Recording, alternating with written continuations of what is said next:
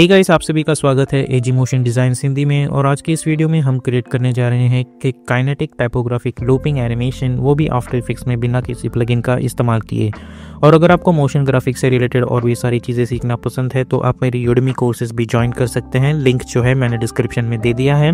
और अगर आप इस चैनल पर नए हो तो इस चैनल को सब्सक्राइब कर दीजिएगा और बेल आइकॉन पर भी क्लिक कर दीजिएगा। तो बिना वक्त ज़ाय किए चलिए स्टार्ट करते हैं।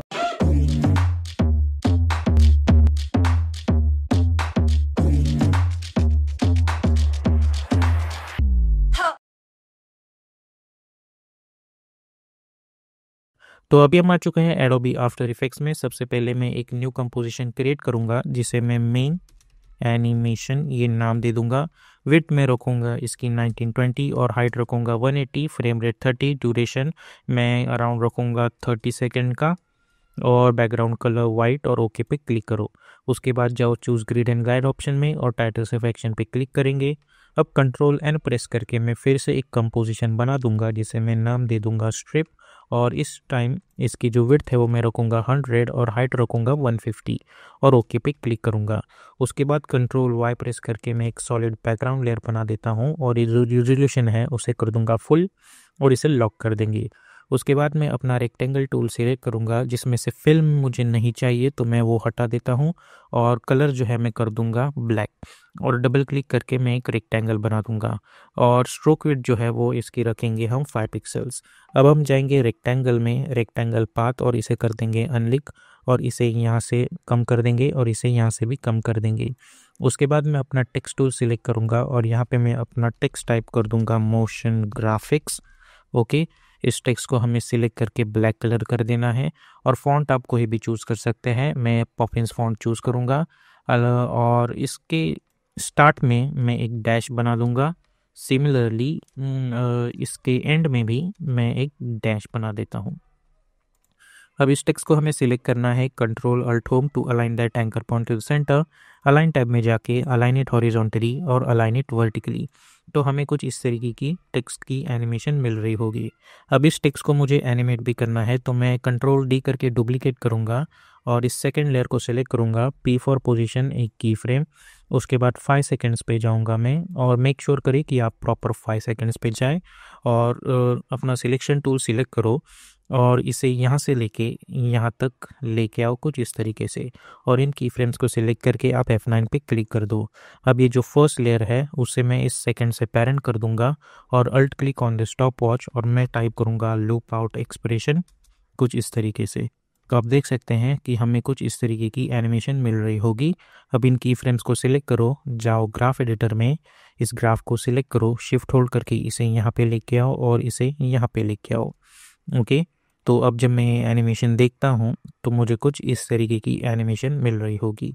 उसके बाद राइट क्लिक न्यू और एक मैं एडजस्टमेंट लेयर बना दूंगा जिस पे मैं अप्लाई करूँगा टिंट इफेक्ट यहाँ पे कुछ इस तरीके का। ओके, और यहाँ पे मैं कलर स्वैप कर दूंगा कुछ इस तरीके के ताकि इसका कलर जो है वो अलग हो जाए। ओके, सो इसे कर देंगे फिट और इसे मैं शिफ्ट होल्ड करके इस कंपोजिशन के आउटसाइड लेके जाऊंगा टोटली, पी फॉर पोजीशन एक की फ्रेम, और यहाँ पे 5 सेकंड पे जाके मैं इसे यहाँ से यहाँ तक ऐसे एनिमेट कर दूंगा और इसे भी सिलेक्ट करो और F9 पे क्लिक कर दो। और इसका हमें ग्राफ एडिटर एडजस्ट नहीं करना है, हमें इसे ऐसे ही रख देना है। लेकिन ये जो लूप आउट एक्सप्रेशन है कंट्रोल C करके यहाँ पे कंट्रोल V कर देना है। ओके, ताकि हमें ये एनिमेशन भी लूपेबल मिल जाए। अब मेन एनिमेशन में जाके कंट्रोल 0 प्रेस करो और अपनी जो स्ट्रिप है उसे यहाँ पे लेके आओ और इसे टॉप पे लेके आओ। अब कंट्रोल वाई प्रेस करके मैं एक सॉलिड बैकग्राउंड लेयर बना दूंगा ब्लैक कलर की और उसे नीचे ला के रख दूंगा और लॉक कर दूंगा। अब इस स्ट्रिप को हमें सिलेक्ट करना है और हमें मेक श्योर करना है कि अपना स्नैपिंग टूल ऑन हो। इसे सिलेक्ट करो, control D for duplicate, R for rotation and rotate it on 90 degree, और उसे कुछ यहाँ से लेके आओ और यहाँ से कुछ इस तरीके से स्नैप कर दो। ओके, सिमिलरली या फिर आप इसे सिलेक्ट करो और इसे यहाँ पे स्नैप कर दो। ओके, अब इन दोनों लेयर्स को सिलेक्ट करो, कंट्रोल डी करके डुप्लीकेट करके, नॉट कंट्रोल डी बट इसे यहाँ पे लेके आओ थोड़ा सा, या फिर आप राइट क्लिक न्यू करके एक नल ऑब्जेक्ट बना दो, इन दोनों को इस नल ऑब्जेक्ट से पेरेंट कर दो और इस नल ऑब्जेक्ट की स्केल जो है वो कुछ इस तरीके से घटा दो। ओके, उसके बाद इस नल ऑब्जेक्ट को डिलीट कर दोगे तो भी चलेगा। उसके बाद इसी लेयर को सिलेक्ट करो, Ctrl+D, और इसे नीचे लेके आओ और प्रॉपरली स्नैप कर दो। इसी को Ctrl+D कुछ इसी तरीके से स्नैप कर दो। अब इन दोनों को हम सिलेक्ट करेंगे और इसे यहाँ पे लेके आएंगे कुछ इस तरीके से। ओके, तो आप देख सकते हैं ये एक अच्छी तरीके से सेंटर में आ चुका है। अब इन सभी को सिलेक्ट करना है और इस आइकॉन पे क्लिक कर देना है। तो आप देख सकते हैं कि अगर हम क्लिक करेंगे तो इस तरीके की चीज़ हमें मिल रही है। तो उससे बचने के लिए हम इसके अंदर जाएंगे और इस स्ट्रिप के अंदर, और सभी को सिलेक्ट करो, Ctrl+Shift+C, और इसे नाम दे दो मेन स्ट्रिप।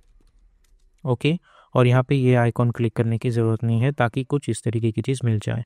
अब इन सभी को सिलेक्ट करो, Ctrl+Shift+C, और इसे नाम दे दो बॉक्स, और ओके पे क्लिक कर दो और इसे भी क्लिक कर दो इस आइकॉन पे। अब हमें इसे एनिमेट करना है। सो S4 स्केलिंग, और उसकी स्केल कुछ इस तरीके से बढ़ा देता हूँ मैं। एक की फ्रेम में यहाँ पे बना दूंगा और मैं जाऊँगा 5 सेकेंड पे और उसे कर दूंगा 0। अब इसे सिलेक्ट करो और इसे F9 देने की ज़रूरत नहीं है, हम इसे ऐसे ही रख देंगे कुछ इस तरीके से। अब R4 रोटेशन, एक की फ्रेम बना दो U, यहाँ पे जाके कंप्लीट 1 रोटेशन। तो अगर आप देखें तो हमें कुछ इस तरीके का एनिमेशन यहाँ पे मिल रहा होगा।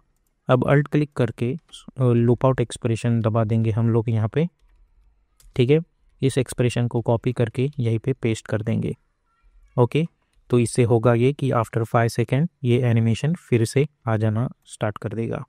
अब इसे मिनिमाइज़ करो और Ctrl+D करके इसकी अराउंड जितनी हो सके उतनी कॉपीज़ बना लो। ठीक है, कुछ इस तरीके से। और पेज डाउन बटन में 1 2 3 4 बार दबा दूंगा। सभी को सिलेक्ट करो, alt close square bracket to trim up to this, right click, key frame assistance, sequence layers और हिट ओके। ओके, और उसके बाद हमें इसकी वैल्यू बढ़ा देनी है। तो इससे होगा ये कि हमें कुछ इस तरीके की चीज़ यहाँ पे मिल रही होगी। ओके, अब यू प्रेस करना है हमें। आप देख सकते हैं कि ये एनिमेशन यहाँ से स्टार्ट हो रहा है, तो जिस तरीके से, और यहाँ पे जाओ, अल्ट ओपन स्क्वायर ब्रैकेट और यू से यहाँ तक लेके आओ, और यहाँ पे जाके मैं इन्हें ओपन स्क्वायर ब्रैकेट की मदद से यहाँ पे लेके आऊँगा। अब मुझे पता है कि ये जो एनिमेशन है ये 5 सेकेंड पे लूपेबल है, तो मैं 5 सेकेंड पे जाके एन प्रेस कर दूँगा।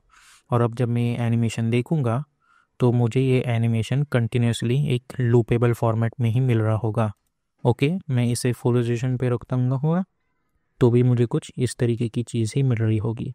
और अगर आप चाहें तो इस ब्लैक बैकग्राउंड की जगह आप Ctrl+Y प्रेस करके एक वाइट कलर का बैकग्राउंड भी बना सकते हैं कुछ इस तरीके से, और उसे नीचे ला के रख दो। तो इस तरीके से आप आफ्टर इफेक्ट्स के अंदर एक लूपिंग टेक्स्ट एनिमेशन बना सकते हैं।